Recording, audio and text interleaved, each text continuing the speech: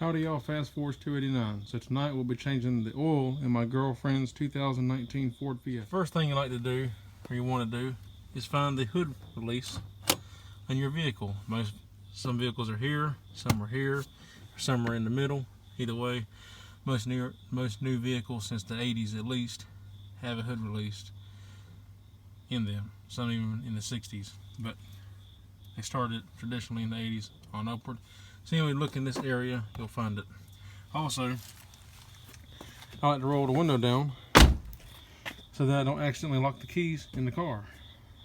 Most new cars nowadays have it where you cannot lock the keys in the car, because if you try to lock the door with the keys in the car, it'll automatically unlock. But just to be safe, put a window down. You're going to want to find out what kind of oil you need. Well, in this car, it needs 5W20. And so that's what I got, synthetic. I would recommend running synthetic oil in these newer cars. Matter of fact, I'll show you really quick. Garage is kind of a mess, excuse that. Right there, full synthetic 5W20 motor oil. I buy Napa because Valvoline makes Napa oil, but it's cheaper than Valvoline. So, and traditionally I would recommend buying a Motorcraft oil filter for a Ford, but they didn't have no Motorcraft when I went to the store to get it, so I had to get Supertech this time. But generally I would go with Motorcraft or Pure Leather even, but pickings are getting slim around this time right now. So after you're underneath the car, you want to find a safe spot to jack it up. You can jack it up on the control arm over there, or somewhere on the frame. I jacked it up on the pinch weld, which is just fine as well if you want to do it that way. Next, you want to locate the drain bolt, which is right there. And it's a size 13 on this car. You want to make sure you got a drain pan of some sort to catch it. And I like to go ahead and start draining the oil first. And while that's draining, you can move the pan over and take your oil filter off. Now, this should come off by hand, unless somebody over tightened it.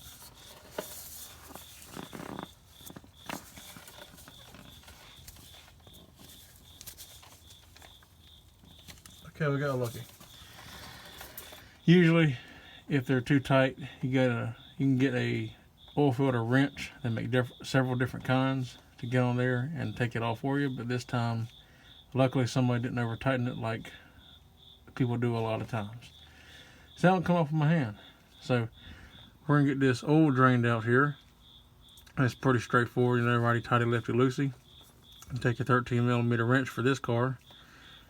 Break the bolt loose, take the bolt out, drain the oil, and then remove the oil filter, and then we'll be on to the next step. Okay, so after we got the oil draining and the oil filter removed,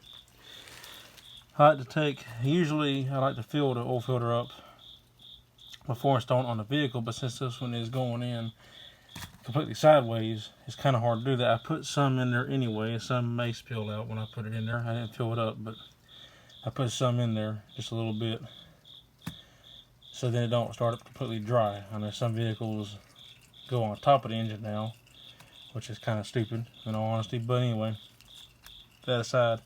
So some of these you can't start up with any oil in them at all, but in this case I put a little bit on there. And when you're installing this, you want to take a little bit of your extra oil and you want to rub it on the gasket.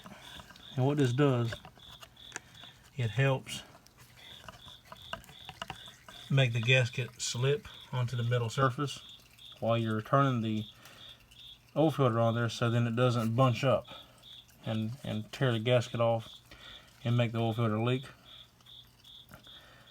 So it makes it easier to install, to turn, and also prevents it from leaking. And so you want to make sure you do that. And also before you install this, you want to look down there where the oil filter goes. Make sure that the old gasket from the old oil filter is not still stuck to the block, or you can do this as well. You can look at the old oil filter and you can look and see we're good to go. There's the gasket. So we know it didn't stick to the block. But make sure the gasket is not stuck up there, because if it is and you go and install this new one, it will leak. So be mindful of that. Also check your drain plug. Make sure that the seal is still good. If it is damaged, and this is a rubber seal, so if it is cut or damaged or in any way, replace it. This one's fine, so I'm going to use it, good to go. Some vehicles, like my older vehicles, have copper or plastic washers, and you want to inspect them. If they are cracked or damaged in any way, replace them. But and that's all for this step. Okay, so after you got the oil drain plug installed back in and the oil filter put back up, and also make sure when you install the oil filter, you only put it on hand tight. Do not put a wrench on it or anything like that. Only tighten it by hand. The next is you want to check the oil. You want to crank the car up, let it run a minute, cut it back off, let the oil settle, and then check it. You know, pull the dipstick out, wipe it, put it back in, pull it back out again, and see where it's at. Let's see. Get to focus. There's, I don't want to focus, but there's two notches there. As long as the top notch, which should be top if you look at it like this, top notch is where it's supposed to be when it's full, and the bottom notch would be when you need to add some. It's getting low. In between that is all right, but it's hard to tell. There we go. That's better. You can see it's up there to the top notch, right before the curve, and so I mean it's good to go. But yeah, that's what you want to do. You don't want to focus really well, but it's full. It's good to go. So after that's done, you want to put the dipstick back in, and that's the job done. You're good to go. Also when it's running, you set the running temperature. Make sure there's no leaks. Look underneath the vehicle. Make sure there's no new drips.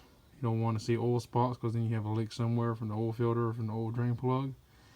And if you do, then you have to, maybe the oil filter got loose over running, tighten it up again. If the oil drain plug is leaking, then that means you need a new gasket. So if this video was helpful, give it a thumbs up. Consider subscribing if you're not already. And thank you for watching as always, and have a good night.